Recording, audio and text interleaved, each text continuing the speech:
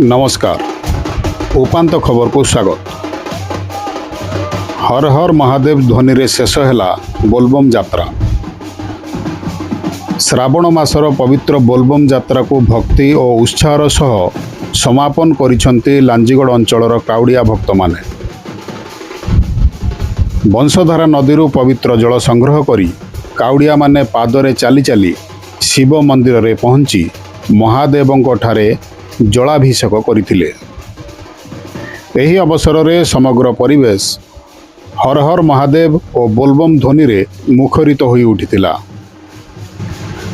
काउडियांक सह छोट पिलामाने मध्य एही धार्मिक यात्रा रे शामिल होइतिले।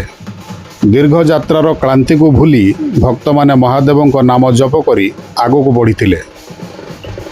भक्ति श्रृंखला और भाईचारार एही पवित्र यात्रा शेष होइथिले मध्य भक्त मानक मध्य रही जाइछि महादेवंक प्रति असीम श्रद्धा और आस्था।